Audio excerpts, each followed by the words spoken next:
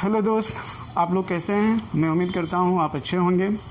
हम लोगों की टॉपिक चल रही थी कि वैकल्पिक प्रश्नों में सफल होने के लिए ट्रिक। तो हमने आपको बताया था कि जो हम लोग वैकल्पिक प्रश्न में सफल होने के लिए जो ट्रिक इस्तेमाल किए हैं वो मुख्य रूप से 3 प्रकार के हम लोगों ने ट्रिक बताया था। तो 3 प्रकार के ट्रिक कौन कौन से हैं उस पर देख लेते हैं। पहला ट्रिक था कि वैकल्पिक प्रश्नों को सॉल्व करने के लिए किस प्रकार का समय का प्रबंधन होना चाहिए, इस पर मैंने डिटेल से चर्चा किया था। दूसरा मेरा ट्रिक ये था कि तुक्का मारने की ट्रिक कैसे होनी चाहिए, तुक्का मारने के लिए ट्रिक कैसे होनी चाहिए, जिसको मैंने 3 पार्ट में बांटा है, जिसको मैंने 3 भागों में बांटा है। फर्स्ट, सेकंड और थर्ड को मैंने ए और बी पार्ट में बांटा है। ठीक है, तो इस पर चर्चा हो गया। आज हम लोगों की जो टॉपिक होगी ट्रिक का 3rd पार्ट होगा, और वो 3rd पार्ट क्या था?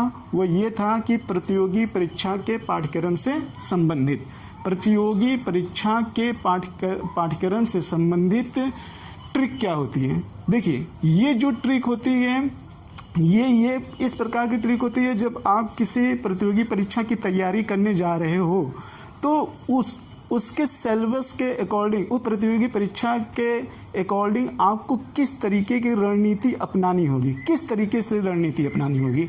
जो रणनीति आप बनाते हो उसी रणनीति को तकनीकी रूप से इस्तेमाल करना ही क्या कहलाता है? ट्रिक कहलाता है।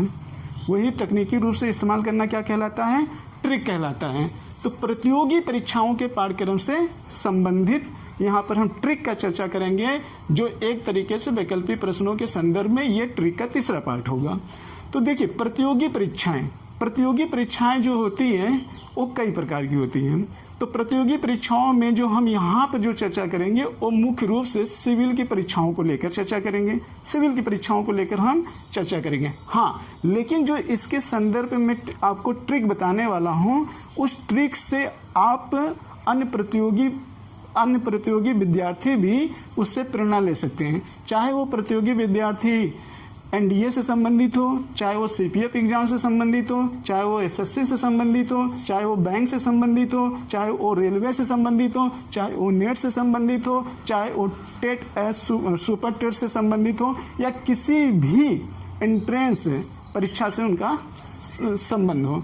ठीक है, अन्य सभी प्रतियोगी विद्यार्थी जो सिविल परीक्षा संबंधी हम रणनीति बताने जा रहे हैं, यहाँ से आप उससे प्रेरणा ले सकते हो, और ये प्रेरणा निश्चित रूप से आपके लिए लाभदायक साबित होगी। क्यों? क्योंकि ये एक तरीके से मैं आपको बताने जा रहा हूँ कि किसी भी प्रतियोगी परीक्षा की तैयारी करने के लिए आपको पहले कौन कौन सा स्टेप उठाना होगा, और उन स्टेपों को आपको बड़े बारीकी तरीके से ध्यान देना होगा, और उसका विश्लेषण में मैं भी करवा दूंगा जो आपके लिए काफ़ी कारगर साबित होगी। क्लियर? इतना स्पष्ट हो गया? तो देखिए, यहाँ पर देखते हैं कि जो सिविल परीक्षाएं हैं, सिविल परीक्षाओं में मुख्य रूप से आईएएस और पीसीएस लेवल की परीक्षाएं होती हैं। पीसीएस में कई स्टेट लेवल की भी परीक्षाएं होती हैं, लेकिन यहाँ पर हम जो चर्चा करेंगे मुख्य रूप से पीसीएस के रूप में चर्चा करेंगे। हालांकि बहुत सारा इससे संबंध आईएएस से भी होगा, यानी कि अगर हम आपको ये चीज़ बता रहे हैं तो ये पूरी रणनीति आप आईएएस के एग्जाम में भी अप्लाई कर सकते हो, पूरे आईएएस के एग्जाम में अप्लाई कर सकते हो, क्योंकि मैंने पहले ही बता दिया जो मैं यहाँ पे चर्चा करने जा रहा हूँ वो सिविल प्रतियोगी परीक्षार्थियों के लिए करना जा रहा हूँ, उसकी प्रेरणा अन्य प्रतियोगी विद्यार्थी भी ले सकते हैं। तो देखते हैं, देखिए, जो प्रतियोगी परीक्षा से पाठ्यक्रम से संबंधित ट्रिक आपको बताना है तो उसमें आपको 4 बातों को मुख्य रूप से ध्यान देना होगा। कितनी बातों को? 4 बातों को मुख्य रूप से ध्यान देना होगा। पहली बात आपको ये ध्यान देना होगा कि जिस परीक्षा की आप तैयारी करना चाहते हो, तो आपको ये ध्यान देना, आखिर आप इस क्षेत्र में क्यों जाना चाहते हो, आखिर आप इस क्षेत्र में क्यों जाना चाहते हो। देखिए मित्र, जैसे बहुत विद्यार्थी जो होते हैं वो कई प्रतियोगी परीक्षाओं से जुड़े होते हैं।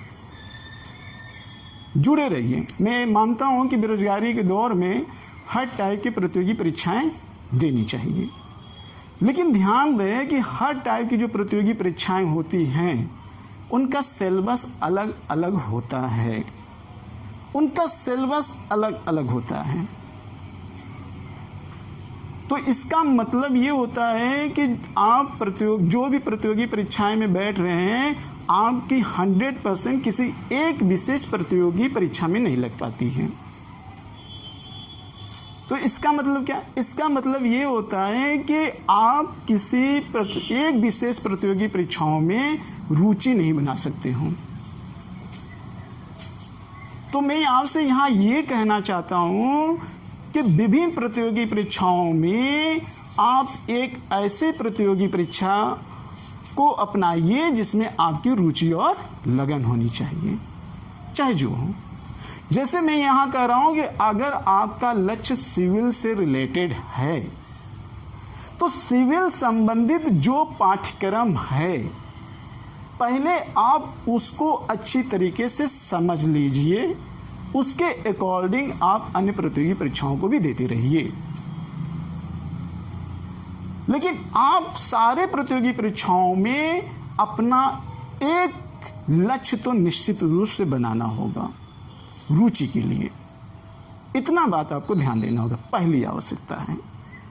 ठीक, तो यहाँ प्रतियोगी परीक्षाओं के संदर्भ में जो हमने रणनीतियां बनाई हैं मुख्य रूप से 4 तरीके से। कितने तरीके से भाई?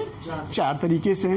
पहला ये होना चाहिए, आप क्यों जाना चाहते हो, आप जिस प्रतियोगी परीक्षा में जाना चाहते हो क्यों जाना चाहते हो, अपने आप से सवाल करो, क्यों जाना चाहते हो। क्या संदर्भ समूह, संदर्भ समूह का मतलब यहाँ पे ये है कि आप किसी दूसरे से प्रेरित होकर जा रहे हो, दूसरे से प्रेरित होकर जा रहे हो। प्रेरित का मतलब, संदर्भ समूह मतलब कि अगला व्यक्ति इस पद को पाने के बाद वो बहुत प्रतिष्ठित है, उसका सम्मान हो रहा है, इसलिए इस क्षेत्र में मैं जाना चाहता हूँ। लेकिन उसकी परिस्थितियाँ कुछ अलग हैं और आपकी परिस्थितियाँ कुछ अलग हैं। इसलिए किसी से प्रेरणा लेने से पहले थोड़ा अपने परिस्थिति को भी ध्यान में रखना चाहिए। और जब परिस्थिति को ध्यान में रखकर आप किसी भी प्रतियोगी परीक्षा में कदम रखोगे तो एक समझ के साथ रखोगे और विश्लेषण के साथ रखोगे। और जब विश्लेषण के साथ आप रखोगे, विश्लेषण के साथ रखोगे तब उसमें आपकी खुद की रुचि होगी। आप दूसरे से प्रेरित होकर जाओ, निश्चित रूप से जाओ, लेकिन उसमें जाने से पहले आपकी खुद की रुचि होनी चाहिए, खुद की रुचि होनी चाहिए। जब आपके अंदर खुद की रुचि, और रुचि कैसे आएगी? समझ से आएगी और दूसरे से प्रेरणा लेकर भी आएगी। लेकिन किसी एक पहलू को आप लेकर नहीं चल सकते हो, किसी एक पहलू को आप लेकर नहीं चल सकते हो। दोनों के बीच में अच्छा कोऑर्डिनेशन होना चाहिए, समन्वय होना चाहिए, तभी आप अपने किसी प्रतियोगी परीक्षा में रफ्तार दे सकते हो। किसी प्रतियोगी परीक्षा में आप रफ्तार दे सकते हो और एक निश्चित समय में सफलता को प्राप्त कर सकते हो। यह हुआ आपका प्रतियोगी परीक्षा के पाठ्यक्रम से संबंधित पहला चरण। आइए हम दूसरा चरण क्या है?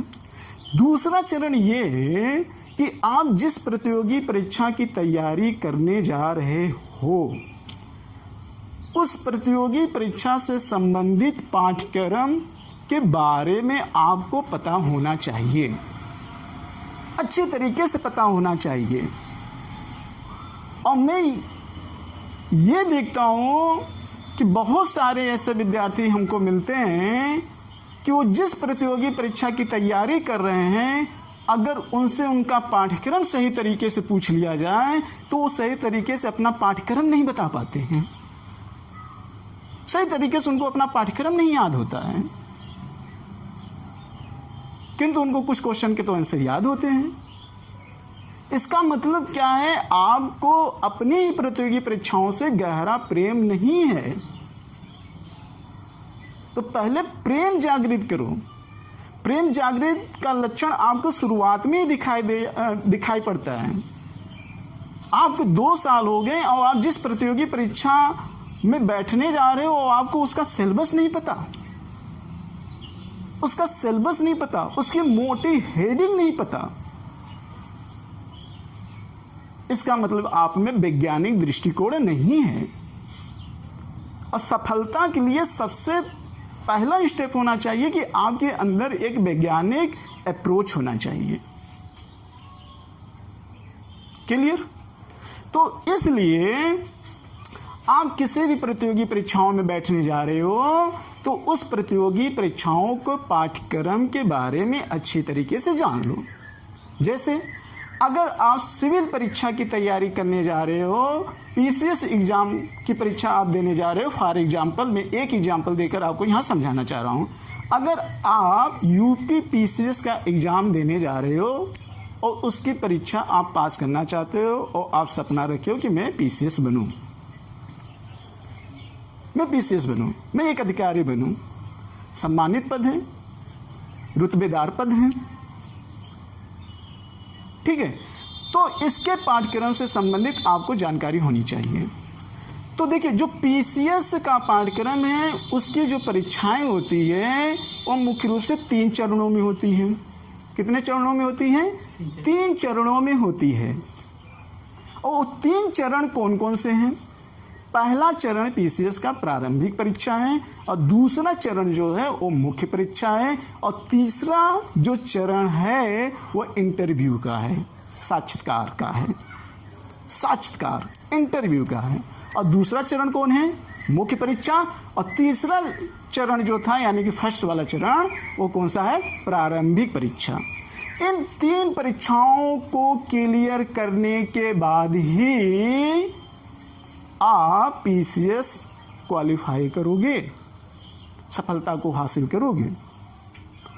आप किसी एक चरण पर महारत हासिल कर लेने पर आप सफलता का रस नहीं चख सकते हो। और ये तीनों चरण आपस में संबंध है भाई। आप किसी एक चरण को लेकर नहीं चल सकते हो, तीनों को लेकर चलो। और जब कदम रखो इस क्षेत्र में तो तीनों को एक साथ लेकर चलो। भले ही किसी पर 50%, किसी पर 10%, किसी पर 20%, लेकिन तीनों को लेकर आपको चलना पड़ेगा। अगर तीनों को नहीं लेकर चल पाओगे तो आप सफल नहीं हो पाओगे।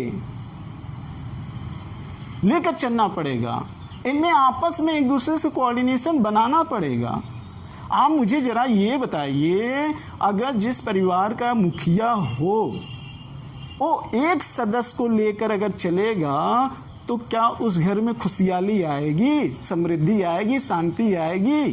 क्या वो घर मुस्काएगा, उसके चेहरे पर मुस्कान आएगी? नहीं आ पाएगी। ठीक उसी तरीके से आप जिस एग्जाम में बैठ रहे हो, उसी तरीके से जिस तरीके से परिवार का मुखिया होता है, उसी तरीके से पीसीएस में एग्जाम में क्वालिफाई करने के लिए आपको तीनों को लेकर चलना होगा, तीनों को ध्यान में रखकर चलना होगा। मैं आपको बताऊंगा आगे, यहाँ पे मैं आपको बताऊंगा, यहाँ पे मैं तीसरे वाले चरण में मैं आपको बताऊंगा कि आखिर में ये बताइए कि परीक्षा पीसीएस के एग्जाम की न्यूनतम जो आयु होती है वो 21 वर्ष से प्रारंभ होती है और अधिकतम आयु जो होती है वो 40 वर्ष होती है। कैटेगरी वाइज को छोड़ दिया जाए तो 40 वर्ष का मापदंड तैयार किया गया है। लेकिन 21 से 40 वर्ष की आयु के बीच में सफल होने का अगर आप ग्राफ देखते हो तो आप ये पाते हो कि अलग अलग आयु में विद्यार्थी क्यों अलग अलग सफल होते हैं। कहने का मतलब ये है कि 21 और 40 वर्ष में के बीच में जो भी विद्यार्थी परीक्षा देते हैं उनमें से कोई विद्यार्थी 25 वर्ष आयु में सफल हो जाता है, तो कोई 30 वर्ष में सफल होता है, कोई 35 में होता है, तो कोई अपने अंतिम आयु की अवस्था में। अंतिम आयु की अवस्था का मतलब जो आयोग ने मापदंड तैयार किया है उस एग्जाम के प्रति, यानी कि 40 वर्ष की आयु में सफल होता है। क्यों सफल होता है? कारण ये होगा कि कहीं न कहीं उसकी रणनीतियों में कमी हुई होगी, कहीं न कहीं कमी होगी। कमी कहाँ हुई होगी? कमी सही तरीके से पाठ्यक्रम में आपस में कोऑर्डिनेशन नहीं बना पाया होगा, यहाँ हो सकती है। कमी समाज में आने वाली जो चुनौतियाँ होंगी उस चुनौतियों का सामना न कर पाने की वजह से हुई होगी। वो लगा तो रहा, लेकिन जो तैयारी के दौरान डे बाय डे उसके साथ घटनाएं घट रही थी उस पर वो विचार और विमर्श नहीं कर रहा था। और ये वो इसलिए नहीं कर पा रहा था क्योंकि उसके पास अनुभव नहीं था। अनुभव बहुत मायने रखता है कि किसी व्यक्ति को सफल होने के लिए। अनुभव और शिक्षा दोनों के माध्यम से ज्ञान आता है। तो मुझे सिविल प्रतियोगी परीक्षाओं से संबंधित ज्ञान चाहिए, अनुभव भी होना चाहिए प्रैक्टिकली, और जो पाठ्यक्रम है उसके संदर्भ में भी अनुभव होना चाहिए, सामाजिक भी, और जो आपका पाठ्यक्रम है उससे संबंधित। क्यों? क्योंकि ये एक उच्च स्तर की परीक्षा है और इसमें काफ़ी धैर्य बनाने रखने की आवश्यकता होती है, क्योंकि आप जिस पद पे जाना चाहते हो उस पद पर बैठने वाले व्यक्ति के ऊपर बहुत ज़्यादा उत्तरदायित्व होता है। उस उत्तरदायित्व को निर्वहन करने के लिए आपको इतने टफ प्रतियोगी परीक्षाओं से होकर गुजरना पड़ेगा। तो इसलिए आप हमेशा ये ध्यान रखना है कि प्रतियोगी परीक्षाओं के पाठ्यक्रम से संबंधित इन बातों को ध्यान में रखना होगा। तो मैं ये कह रहा हूँ कि अलग अलग आयु में क्यों सफल होते हैं इस पर डिटेल से चर्चा होगी, लेकिन उसके पहले मैंने यहाँ पर जो टॉपिक छोड़ा था उसको कर लूँ। तो आपके दूसरे चरण में परीक्षाएं कितने चरण की होती है? तो मैंने आपको बताया प्री और मुख्य और इंटरव्यू में। तो यहाँ पर थोड़ा सा हम सारांश में चर्चा कर लेते हैं। देखिए, जो प्रारंभिक जो परीक्षाएं हैं, इस परीक्षा में 2 पेपर समान अध्ययन के होते हैं। एक समान अध्ययन का पेपर जो फर्स्ट होता है वह उसमें जीएस होता है, 150 प्रश्न होते हैं और 200 अंक होते हैं। और जो दूसरा पेपर इसमें होता है वो सीसैट का पेपर होता है, वो 100 प्रश्न होते हैं और 200 अंक होते हैं। तो इस समय जो स्थिति है वो ये है कि जो आपकी मेरिट बनती है प्री एग्जाम क्वालिफाई करने के लिए, वो आपके जीएस के फर्स्ट पेपर के आधार पे बनती है। लेकिन ध्यान रहे, अगर आपने जीएस के 2 पेपर को सॉल्व नहीं किया, यानी कि न्यूनतम 33% अगर आप इसमें नंबर नहीं प्राप्त कर पाएंगे, तो आपकी जीएस फर्स्ट की कॉपी नहीं जचेगी जिसके आधार पर आप पास होते हो, जिस पर मेरिट बनती है। इसलिए सीसैट वाले पेपर में आपको कम से कम 100 प्रश्नों में 33 प्रश्न सही करना होगा, तभी आपकी जीएस फर्स्ट की कॉपी जचेगी और आपका नंबर काउंटिंग होगा। अगर इसमें आप असफल हो गए तो इसमें भी असफल ही माने जाएंगे। इसका मतलब कि इस पर मेरिट बनेगी 150 जीएस के फर्स्ट पेपर पर ही बनेगी। इतनी बात समझ में आ गई। अब देख लेते हैं, यहाँ पे लिखा भी गया है जीएस फर्स्ट से संबंधित जो आपके क्वेश्चन पूछे जाएंगे वो इतिहास से संबंधित होगा, भूगोल से संबंधित होगा, संविधान से संबंधित होगा, सामान्य विज्ञान एवं प्रौद्योगिकी से संबंधित होगा, करंट से संबंधित होगा, अर्थव्यवस्था से संबंधित होगा, विशेष राज्य से संबंधित होगा, और उसको थोड़ा से और कैटेगरी आप बांट लो तो जनसंख्या, नगरीकरण, पर्यावरण से संबंधित होगा और विशेष राज्य से भी संबंधित होगा। इतने आपके सिलेबस हैं और यहाँ से आपसे 150 प्रश्न पूछे जाते हैं, जिसको आने वाले समय में हम आपको एक एक सब्जेक्ट के बारे में विश्लेषण करके बड़े अच्छे तरीके से फ्रेमिंग के माध्यम से सारी चीज़ों को प्रस्तुत करेंगे। लेकिन पहले प्राथमिकता ये है कि अगर आप जिस प्रतियोगी परीक्षाओं में की तैयारी करने जा रहे हैं, पहले आने वाली जो चुनौतियां हैं उन चुनौतियों के समाधान के लिए आपके अंदर कैसी समझ बनानी होगी, उस समझ पर थोड़ा से आपका दृष्टिपात कर ले नजर को। पहला ये आप क्यों जाना चाहते हो, दूसरा ये परीक्षाएं कितने चरण में होती हैं। तो मैंने आपको बताया एक प्रारंभिक, दूसरा मुख्य और तीसरा इंटरव्यू। और मैंने आपको यह भी बता दिया कि प्रारंभिक परीक्षा में 2 पेपर होते हैं, आपने ये भी सुन लिया। और एक चीज आप ध्यान देना, प्रारंभिक परीक्षा, मुख्य परीक्षा और इंटरव्यू, तीनों परीक्षाओं में अंतर होता है। अंतर तो होता है लेकिन संरचनात्मक रूप से होता है, प्राकार्यात्मक रूप से वो एक ही में रहते हैं। आइए समझ लेते हैं उस चीज को। समझ जाइए भाई कि मुख्य परीक्षा का मतलब क्या होता है और प्री परीक्षा का मतलब क्या होता है, इंटरव्यू का मतलब क्या होता है। मैंने ऐसे विद्यार्थियों से मिला है जो 3 साल हो गए हैं तैयारी करने के लिए, लेकिन उनको प्रारंभिक परीक्षा, मुख्य परीक्षा और इंटरव्यू के बारे में पता ही नहीं कि आखिर में इन तीनों चरणों का अपने आप में क्या मतलब है। आयोग क्यों एक ही चरण क्यों नहीं करवा लेता। तो भी मैंने बताया आप इतने बड़े अधिकारी बनने जा रहे हो और आपके ऊपर बहुत ज़्यादा उत्तरदायित्व है, तो 3 चरण तो होना ही चाहिए। आइए देखते हैं। देखिए, प्रारंभिक परीक्षा का मतलब ये होता है जानना।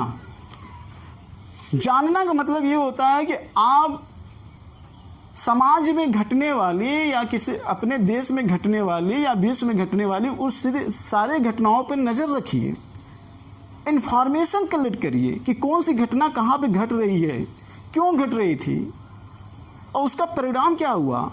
आपको कम से कम इतना तो आना ही चाहिए, और जो घटे भी है उसके भी बारे में आना चाहिए। यानी कि एक तरीके से आपको सूचना के बारे में पता होना चाहिए। किसके बारे में, सूचना के बारे में पता होना चाहिए। डाटा कलेक्ट करना होगा, आपको ज़्यादा से ज़्यादा डाटा कलेक्ट करना होगा। प्री एग्जाम ज़्यादा से ज़्यादा डाटा पर निर्भर होता है। मैक्सिमम वो देखता है कि आपके अंदर कितना परिश्रम करने की क्षमता है। और ये प्रारंभिक परीक्षा पास करने के लिए कम से कम आपको 15 से 20 हज़ार प्रश्नों के डाटा के बारे में पता होना चाहिए, सिर्फ 150 प्रश्नों के लिए बताऊंगा मैं आपको। लेकिन प्रारंभिक परीक्षा का मतलब सूचना एकत्र करना। सूचना का मतलब ये है कि चाहे वो हिस्ट्री से संबंधित सारे 1 लाइनियर टाइप के क्वेश्चन आपको ज़्यादा से ज़्यादा याद करने होते हैं पीसीएस एग्जाम में। जानना है इसका। लेकिन जब जानी हुई चीज में अगर आप अपनी समझ विकसित कर लेते हो तो वही मुख्य परीक्षा बन जाती है। आयोग ये जानना चाहता है कि आपने जो एग्जाम क्वालिफाई करके आया है, प्रारंभिक परीक्षा पास करके आपने आया है, तो विकल्प में तो हो सकता है भाई कि तुक्का भी तो लग गया होगा। कैसे? मान लेते हैं 2 विद्यार्थी समान स्तर के पढ़ने वाले हैं और 150 प्रश्न आया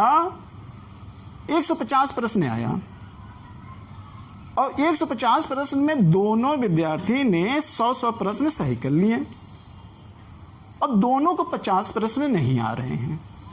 मान लीजिए भाई, हर चीज़ मानने से ही होता है, मानने से बहुत चीज़ सॉल्व हो जाती है। ठीक है, 50 प्रश्न। अब उस 50 प्रश्न में दोनों ने तुक्का मारना चालू किया, जय बजरंगबली की। अब तुक्का मारने वाले में बजरंगबली किसी पर ज़्यादा प्रश्न आ गए और किसी पे कम प्रश्न आ गए। एक के हाथ 10 लग गया, एक के हाथ 0 लग गया, मान लेते हैं। तो जिसके हाथ 10 लगा वो तो प्री एग्जाम क्वालिफाई कर लिया, लेकिन जिसके हाथ 0 लगा वो तो नहीं क्वालिफाई कर पाया। बताइए, वो तो नहीं क्वालिफाई कर पाया। तो आप कहेंगे सर क्या यहाँ पे किस्मत काम करती है? निश्चित रूप से काम करती है, किस्मत भी काम करती है मेरे मित्र। लेकिन ये किस्मत आपकी ही कर्म की पूंजी होती है। उसको आपको मैं दर्शन वाले, मोटिवेशनल वाले में कभी चर्चा करूंगा। अभी यहाँ आप एजुकेशनल में हैं, पीसीएस से लेकर हैं, अभी इतना बस जान लीजिए, हाँ किस्मत काम करती है। लेकिन कब तक किस्मत आपके साथ करेगी, कहां तक काम करेगी? आपके 10 तुक्का सही हो गए तो इसका मतलब आप खुशी मत होइए, अभी आप अंतिम रूप से सफल नहीं हुए हैं, अभी आप अंतिम रूप से सफल नहीं हुए। मैं मानता हूं कि आप के साथ बराबरी तैयार करने वाला व्यक्ति असफल हो गया, आपने प्रारंभिक परीक्षा सफल की है, लेकिन अभी 2 चरण बाकी हैं। आपके हाथ जो तुक्का लग गया, जो आप प्रारंभिक परीक्षा पास करके आए हो, तो अगला चरण मेंस का है, वहां तुक्का कैसे मारोगे? मेंस में तुक्का कैसे मारोगे? किस्मत और ज्यादा मेहरबान हो गई कॉपी जांचने वाले टीचर के ऊपर, लेकिन वो लोग जांचते हैं तो मुझे लगता है कि भाई वो उनके ऊपर पूरा देश का भार रहता है, तो चाहे जितने भी ज़्यादा डिप्रेशन की अवस्था में होते हैं, लेकिन अपने फर्ज के समय वो बहुत तटस्थ होते हैं, ऐसा मेरा मानना है। और ऐसा होना भी चाहिए कि जिस विद्यार्थी को कॉपी जानने वाले जो टीचर हैं वहाँ पर, योग्य व्यक्ति मेंबर में बैठने वाले, वो चाहे जितने ही ज़्यादा डिप्रेशन में क्यों ना हो, लेकिन उनको तटस्थ अवस्था में रहना चाहिए। क्यों? क्योंकि उनके ऊपर पूरे देश का उत्तरदायित्व है। उनके थोड़े से मिस्टेक कहीं ना कहीं देश की शांति, एकता एवं अखंडता को भंग कर सकती हैं। इसलिए वहां बहुत कम चांस होता है कि आपकी किस्मत बन सके। एक आध दो कभी के साथ किस्मत हो जाता है कि कॉपी जांचने वाला व्यक्ति बहुत ज़्यादा प्रसन्न हो जाए या बहुत ज़्यादा तनाव हो जाए तो नंबर काट दे और 2-4 नंबर बढ़ा दे आपको। बहुत कम स्थिति। क्यों? क्योंकि वो बहुत योग्य व्यक्ति होते हैं, उनको इस बात का एहसास होता है कि हम जिसको सिलेक्शन करने जा रहे हैं उनके ऊपर देश का बहुत बड़ा उत्तरदायित्व है। इसलिए अपनी जिंदगी का टेंशन हम पूरे देश पर नहीं ला देंगे, और मेरा मानना है कि ऐसा होना भी चाहिए, तटस्थ होना चाहिए। तो जाने हुई चीज को जब आप लिखोगे परीक्षा हाल में, जब लिखोगे परीक्षा हाल में, तो जानते हैं वहां पे क्या होगा। वहां आप जो चीजें जाने हैं तो उसकी समझ कितनी आपकी है, जो तथ्य आपने इकट्ठा किया उसमें आपस में एक दूसरे में कितना संबंध है। एक दूसरे में आपस संबंध का मतलब कि एक के छोड़ने पर दूसरे पर कितना नकारात्मक प्रभाव पड़ता है, और एक दूसरे से जुड़ने पर तथ्य पर कितना ज्यादा सकारात्मक प्रभाव पड़ता है। यह समझ होनी चाहिए, अंडरस्टैंडिंग होनी चाहिए। और जब तक आपस में जो आपने प्रारंभिक परीक्षा में जो भी डाटा आपने याद किए हुए हैं और क्वालिफाई करके गए हैं, जब तक उसमें आपस में अंडरस्टैंडिंग नहीं होगी, क्योंकि आयोग जो क्वेश्चन पूछता है वो अंडरस्टैंडिंग के आधार पर पूछ रहा है। इस समय विश्लेषणात्मक क्वेश्चन पूछ रहा है, वो भी ऐसा क्वेश्चन कि एक सब्जेक्ट दूसरे सब्जेक्ट से ओवरलैपिंग हो रहा है। हिस्ट्री को जियोग्राफी से जोड़कर, जियोग्राफी को कॉन्स्टिट्यूशन से जोड़कर, हर सब्जेक्ट में अंडरस्टैंडिंग करके पूछ रहा है। लेकिन प्री में क्या होता है? प्री में आप तुरंत पकड़ लोगे, हाँ यार ये तो हिस्ट्री वाला ही क्वेश्चन है, हिस्ट्री से आया, हिस्ट्री में ही कर देंगे। लेकिन मेंस में क्या होगा? मेंस में क्वेश्चन का नेचर होगा, हिस्ट्री को हो सकता है कि उसमें शब्द दिए रहें, लेकिन वो उसी के माध्यम से हो सकता है कि वो आपसे जियोग्राफी और इकोनॉमिक्स भी जानना चाहता हो। तो यहां किस्मत बहुत कम काम करेगी। तो यहां आपकी किस्मत काम नहीं करेगी, तब आप फिर बैक हो जाओगे। इसलिए प्री की एग्जाम की तैयारी करते समय आपको मेंस की भी तैयारी साथ साथ करनी चाहिए। हाँ जी, आपने ठीक समझा, होना चाहिए ये। लेकिन होता क्या है? होता क्या है? आप लोगों की जितनी ज़्यादा जिस तरीके की डिमांड होती है, मार्केट आपकी डिमांड के आधार पर खड़ा हो जाता है, खड़ा हो जाता है। आप चाहते हैं कि सर आप चाहे जितना पैसा लेना हो ले लीजिए, लेकिन मेरा सिलेक्शन सिर्फ 2 साल में ही होना चाहिए। आपकी डिमांड के आधार पर वो कह भी देते हैं, आइए भाई क्यों नहीं हो पाएगा 2 साल, ये क्यों नहीं हो पाएगा, मेरे पास ये मटेरियल है। अरे भाई मटेरियल तो है, लेकिन आयोग जो बैठा हुआ है उसकी भी तो अपने कोई सम्मान और प्रतिष्ठा है। वो आपकी इच्छाओं के आधार पर देश के भविष्य को गर्त में नहीं डालेगा, देश को भविष्य को गर्त में नहीं डालेगा। इसलिए मैं कहता हूं कि आप इस पर अच्छे तरीके से विश्लेषण करो कि तैयारी की रणनीति कैसी होनी चाहिए। आपको मटेरियल पे मटेरियल मिलता चला जा रहा है, विभिन्न संस्थानों के माध्यम से आप बटोरते चले जा रहे हो, लेकिन कितना डाइजेस्ट कर पा रहे हो? और जब पूछ दिया जाए कि प्री और मेंस का सिलेबस क्या होता है तो पता चलता है टाइम फिस हो जाते हो और मार करते रहे तो ये चाहिए वो चाहिए। अरे सब चाहिए ही तो चाहिए, लेकिन जो मिला उसको कितना डाइजेस्ट किया, जो जाने उसकी समझ कितने विकसित किए, इस पर भी अमल करना होगा। अगर आपने जान भी लिया और मुख्य परीक्षा में आपने समझ भी विकसित कर लिया तो इसके बाद भी एक चरण होता है, और वो चरण कौन सा है? इंटरव्यू है, साक्षात्कार का है। साक्षात्कार का मतलब समझ रहे हो? इसके पहले वाले वीडियो में मैंने बताया था, आत्म साक्षात्कार। आयोग आत्म साक्षात्कार की भी परीक्षा लेता है। कैसे लेता है बताइए? सोच में पड़ गए? सुन लीजिए, जो आपने जाना, जो आपने समझा, ये चीजें सैद्धांतिक है, व्यवहारिक नहीं है। सैद्धांतिक है, बुक में लिखी गई बातों को सैद्धांतिक है, लेकिन सैद्धांतिक जानी हुई चीज को व्यवहारिक रूप में जी लेना ही क्या हो गया? प्रयोगात्मक हो गया, व्यवहारिक हो गया। क्यों? क्योंकि ये जो सिद्धांत की चीज आई हुई है, जितने भी बुक में सारी चीजें लिखी गई हुई हैं, ये किसी दूसरे ग्रह से नहीं आई हुई है। यही के लोग आसपास के घटनाओं को देखा है और उसी घटनाओं से मंथन करके प्रेरणा लेकर सीखकर सिद्धांत बनाते रहते हैं। और कोई भी सिद्धांत अस्थायी नहीं होता है, समय और परिस्थिति के हिसाब से उसके मूल्यों में घटाव बढ़ाव होता है। घटाव बढ़ाव का मतलब, कभी एक समय ऐसा था कि बाजार में ज़्यादा से ज़्यादा सकारात्मक मूल्य हुआ करते थे सिंधु घाटी सभ्यता वगैरह में, लेकिन आज के बाजार में ज़्यादा से ज़्यादा नकारात्मक मूल्य आ गए हैं। हमारी बात समझ गए? परिस्थितियों के हिसाब से संस्थाओं, संगठनों के नाम में परिवर्तन दिखाई देते हैं, उनकी विशेषताओं में अंतर दिखाई देने लगता है। और परिवर्तन ही शाश्वत नियम है और करना भी होगा। एक बुद्धिजीवी व्यक्ति को करना ही होगा। क्यों?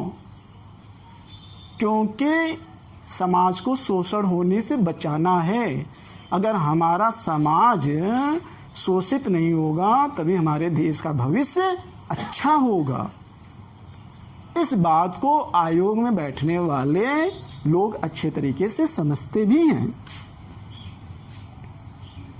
इसलिए आप कितना जाने, कितनी समझ बनाएं और उसके बाद आप उसको कितना आत्मसात किए हुए हैं उसकी भी खबर लेगा। कैसे लेगा? साक्षात्कार का मतलब ये हुआ कि आप अपने व्यक्तित्व का कितना ज्यादा विकास किए हुए हैं, कितना विकास किए हुए हैं। यानी कहने का मतलब, कौन व्यक्ति साफ सुथरा है और कौन व्यक्ति गिरगिट की तरह अपना रंग बदल लेता है। तो इस सेवा में जाने वाले जो गिरगिट स्वभाव के व्यक्ति होते हैं, आयोग उसको पकड़ लेता है। कैसे पकड़ लेता है भाई? क्योंकि उस आयोग में एक एक से विषयों के अच्छे जानकार वहां पे बैठे होते हैं। वो आपसे चर्चा करते ही दौरान आपसे वो सारी चीजें जान जाते हैं कि आपका व्यक्तित्व कैसा है, कैसा व्यक्तित्व है, क्या आपने जो पढ़ा है,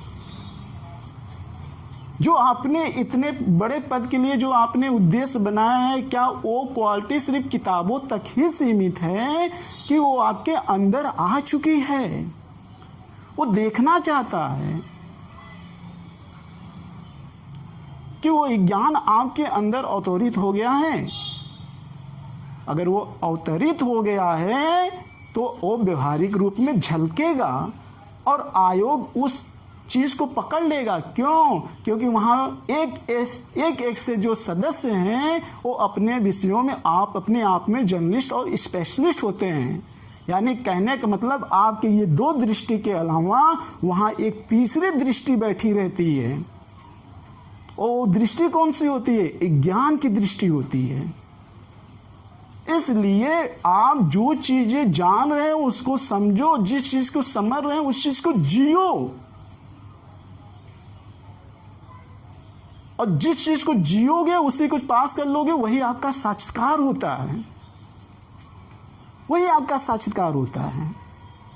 अगर मेरी इस बातों को आपने सही तरीके से एनालिसिस कर लिया होगा या कर लेंगे, मैं दावे के साथ कह सकता हूं कि आपको सफल होने से कोई रोक नहीं सकता है, कोई नहीं रोक सकता है। लेकिन अगर आप अफवाहों के चक्कर में पड़ेंगे, अफवाहों के चक्कर में पड़ेंगे, जल्दबाजी के चक्कर में पड़ेंगे और प्रेशर में काम करेंगे तो सफलता आपसे उतनी ही दूर होती चली जाएगी और तनाव आपका उतना ही ज़्यादा पीछा करता चले जाएगा और जीवन आपको अपना ही बोझ लगने लगेगा। शिक्षा के मामले में तो आप कई व्यक्तियों से ज़्यादा होंगे, लेकिन आप एक अनपढ़ व्यक्ति से भी ज़्यादा अपने आप को उस समय दुखी महसूस करोगे, दुखी महसूस करोगे। इसलिए किसी भी चीज़ की तैयारी करने से पहले आपको बहुत सोच समझ के और विचार करके उसमें कदम रखना चाहिए और उसके लिए सही रणनीति अपनानी चाहिए। और वो रणनीति के बारे में एक अच्छा गुरु ही दे सकता है, और ऐसा गुरु जो बाजार के सिद्धांतों में, वर्तमान के बाजार के सिद्धांतों पे नहीं चलता हो। आप कहेंगे वर्तमान से रिलेटेड क्या है? भाई अंतर आने वाले समय में बताऊंगा कि मैं यहाँ प्राचीन बाजार का नाम क्यों नहीं लिया, क्योंकि आज का बाजार शोषणात्मक बाजार है और पहले का जो बाजार हुआ करता था वह एक तरीके से मानवता का बाजार हुआ करता था। तो आज इस तरीके का बाजार है भाई। तो इसलिए आपको दूसरे चरण पर भी अमल करना होगा। और दूसरे चरण में आपको मैंने ये बताया कि जो आप सिविल की परीक्षा देने जा रहे हो वो कितने चरणों में है और उस चरण का अपना अपना क्या महत्व है। अपना अपना मतलब कि प्रारंभिक परीक्षा, मुख्य परीक्षा और इंटरव्यू का क्या मतलब है, इस पर विचार करिएगा। तीसरा चरण मैंने आपको बताया, जो इसके पहले हल्का सा मैंने चर्चा किया, कि अलग अलग आयु में असफल क्यों होते हैं, कारण क्या है। कारण यही है भाई कि ये समय इसलिए ज़्यादा लगता है क्योंकि इसकी समझ नहीं होती है और इस पर इसलिए अच्छी पकड़ नहीं बना पाते हो क्योंकि इसकी समझ नहीं होती है। इसका मतलब इसको अच्छे तरीके से समझने के लिए या कम आयु में सफल होने के लिए आपको इसकी समझ होनी चाहिए और इसकी समझ विकसित करने के लिए आपको इसकी समझ होनी चाहिए। जब इसकी समझ कर लिए, इसकी समझ कर लिए और इसकी भी समझ कर लिए, तो फिर इसकी समझ डेवलपमेंट करने में आपको आसानी हो जाएगी, निश्चित रूप से आसानी हो जाएगी। थोड़ा सा यहाँ हम चर्चा कर लेते हैं। जिस तरीके से हमने चर्चा किया कि प्रारंभिक परीक्षा में कितने खंडों में होती है, उसमें कितने प्रश्न आते हैं और कितने अंक आते हैं और उसमें क्या क्या प्रोसेस हैं, संक्षेप में मैंने यहाँ पे चर्चा किया। हम जानते हैं कि हमारा ये वीडियो वो भी विद्यार्थी देख रहे हो जो इंटर इस साल पास किए होंगे और उनके अंदर ये जिज्ञासा होगी कि आखिर में इस प्रकार की परीक्षाओं में सिलेबस किस टाइप का होता है। तो उनके लिए भी हम ये बता देना चाहते हैं कि जो मुख्य परीक्षा है पीसीएस की, जो मुख्य परीक्षा है, इसका जो सिलेबस है या इसका जो पाठ्यक्रम है और इसमें कितने अंक आते हैं, तो वो मैं आपको बता दे रहा हूँ। देखिए यहाँ पे देख लीजिए, जो मुख्य परीक्षा है भाई, मुख्य परीक्षा आपकी है, जो यहाँ पे मुख्य परीक्षा है, मुख्य परीक्षा में अगर आप देख लेंगे तो आपका समान अध्ययन का पेपर होता है एक, और एक आपका निबंध का पेपर होता है, और एक आपका विकल्प का पेपर होता है, और एक आपका हिंदी का पेपर होता है। भाई हिंदी का एक पेपर होता है आपका यूपी पीसीएस में। ध्यान रखिएगा, अन्य स्टेटों में बहुत से ऐसे हैं जहां पे हिंदी के नंबर नहीं जुड़े जाते हैं, लेकिन पीसीएस में हिंदी के नंबर जोड़े जाते हैं। इसीलिए वैकल्पिक विषय को रखने के लिए बहुत सारे विद्यार्थी हिंदी को रखते हैं। कारण ये है कि हिंदी में रखेंगे तो विकल्प का भी फायदा हो जाएगा और निबंध का भी फायदा हो जाएगा, और विकल्प छोटा विषय है, इसका अपने आप में फायदा हो ही जाएगा। इसलिए ज़्यादातर लोग हिंदी ही रखते हैं। लेकिन हाँ, कुछ विषय ऐसे होते हैं कि हिंदी का समान अध्ययन में बहुत ज़्यादा फायदा नहीं हो पाता है। जैसे समाज शास्त्र को आप ले लो, लोक प्रशासन को ले लो, कुछ ऐसे करंट विषय हैं, इकोनॉमिक्स को ले लो, कुछ ऐसे करंट विषय हैं जिनको आप विकल्प में रखोगे तो समान अध्ययन में फायदा होगा। अगर हिंदी को रख रहे हो तो हिंदी में तो फायदा होगा ही और निबंध में फायदा होगा, लेकिन समान अध्ययन में इसका कम फायदा है। लेकिन अगर समाजशास्त्र जो करंट विषय है उसका समान अध्ययन में तो फायदा है, निबंध में भी उसका फायदा है, लेकिन वहाँ उसको घाटा क्या होता है, जो ये हिंदी वाला सब्जेक्ट होता है जो लगभग 300 अंक के होते हैं। कितने अंक के होते हैं भाई? 300 अंक के होते हैं। 300 अंक नहीं, 150 अंक के, 150 अंक के आपके हिंदी होते हैं, जिसको 3 खंडों में बांटा गया है, ए, बी और सी। 3 निबंध आएंगे इसमें से, 50-50 अंक के 3, 50-50 अंक के 3 निबंध आपको लिखने होंगे, 3 घंटे में लिखने होंगे, और हर एक निबंध 700 शब्द में लिखने होंगे। इस तरीके से ये 150 अंक बनेगा। टोटल अगर आप बात कर लेते हो तो टोटल 1500 अंक का होता है। जो मुख्य परीक्षा होती है वो टोटल 1500 अंक का होता है, और इस 1500 अंक में समान अध्ययन का 800 अंक यहाँ पूछा जाता है। 800 अंक समान अध्ययन से होता है। और निबंध जो होता है, जो अभी मैंने यहाँ पे आपको बताया, ये ध्यान रखना, निबंध जो होता है वो 150 अंक का होगा। हिंदी जो होती है वो भी 150 अंक की होती है। और जो विकल्प होता है इसके 2 पेपर होते हैं और ये 400 अंक का होता है। विकल्प 400 अंक का होता है, हिंदी 150 अंक, निबंध 150। 3 निबंध आते हैं। कितने निबंध? 3 निबंध आते हैं।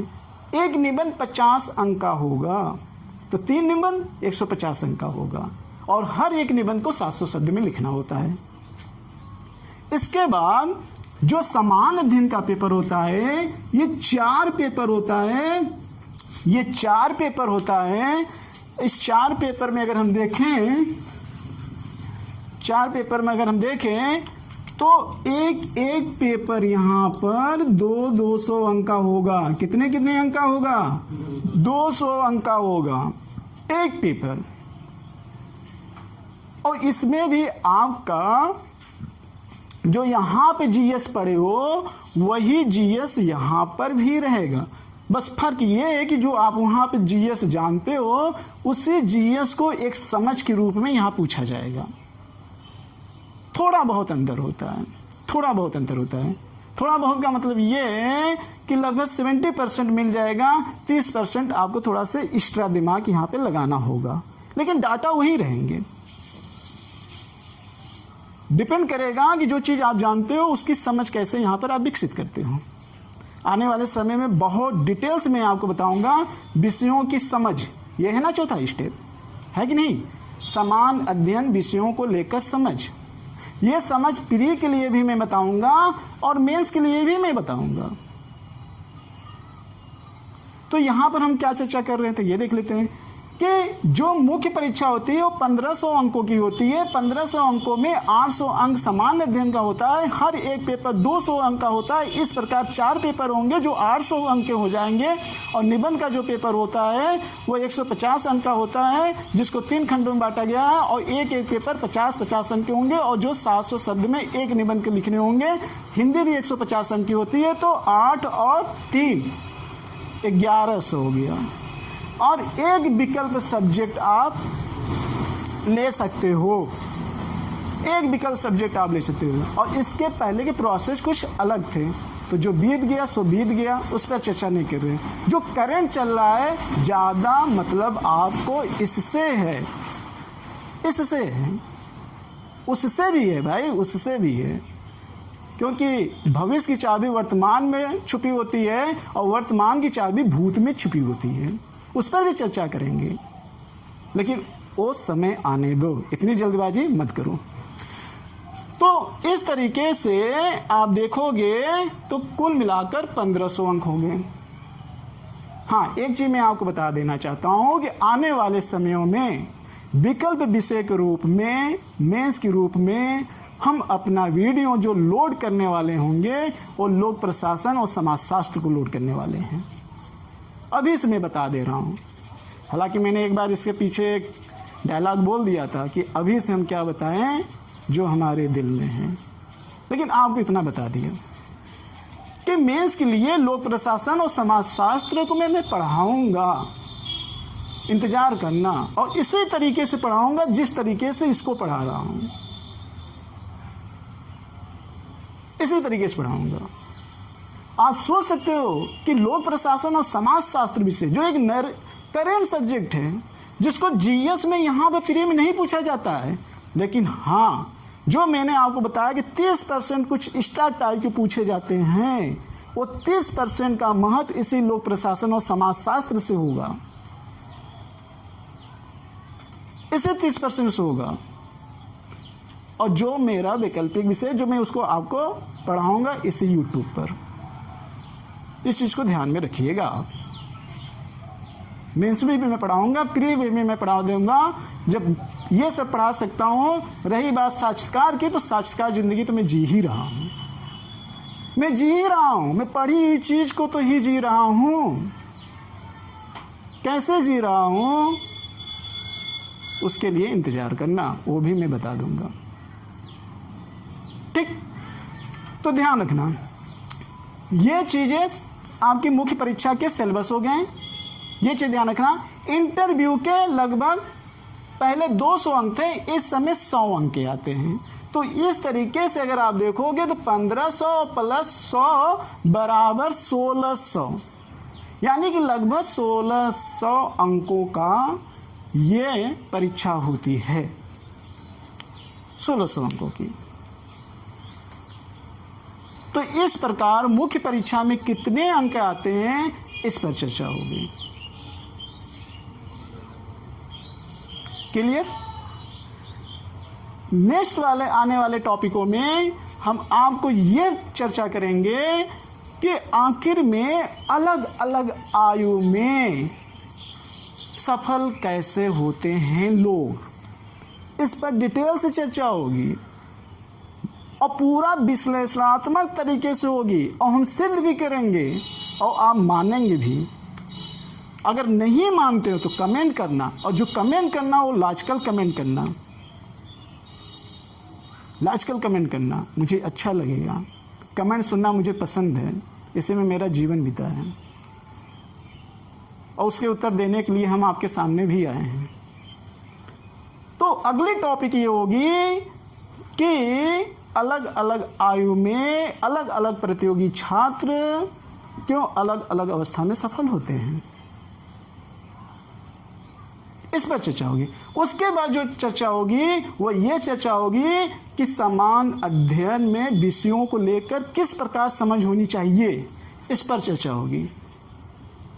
देखिए भाई, एक चीज ध्यान रखिएगा, मैं सभी प्रकार के विद्यार्थियों को ध्यान में लेकर चलता हूँ। सिर्फ चलता ही नहीं हूँ बल्कि सिलेक्शन तक ले जाने के लिए मैं कोशिश करता हूँ और करूँगा, अंत तक करूँगा। जब तक रहेगी जान तब तक हम करेंगे काम, चाहे जो भी हो जाए मेरा परिणाम। ये याद रखना हमेशा मेरी बात। इसी के साथ हम अपने वीडियो का यहाँ पे समापन कर रहे हैं। नेक्स्ट टाइम फिर मिलेंगे। जय भारत, जय हिंद।